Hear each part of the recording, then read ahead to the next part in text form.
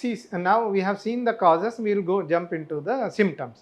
ఇప్పుడు ఈ స్పైన్ ప్రాబ్లమే ఉందా లేదా అనే కోసం I will give you brief at home tests అని అంటాము. టెస్ట్. సో దీంట్లో కొద్ది వాళ్ళు చెప్తారు, those are called as signs and symptoms are what we can elicit అన్నది.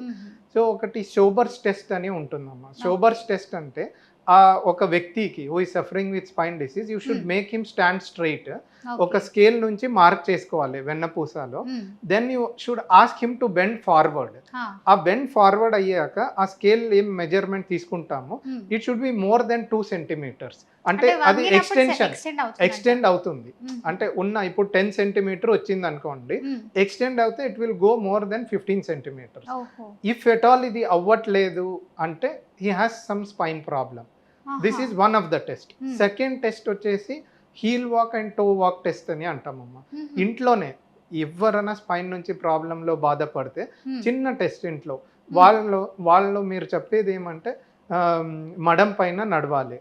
జస్ట్ మడం పైన నడవనికి వస్తే దట్ ఈస్ గుడ్. రావట్లేదు అంటే L4 L5లో డిస్క్ బల్జ్ ఉంది అని అర్థం. సేమ్ ఇంకో టెస్ట్ ఏమంటే టో వాక్ అంటాము. వేలల పైన నడిచి చూడండి అని చెప్పాలి. ఆ వేలల పైన కూడా నడవకపోతే L5 S1లో ప్రాబ్లం ఉంది అని అర్థం.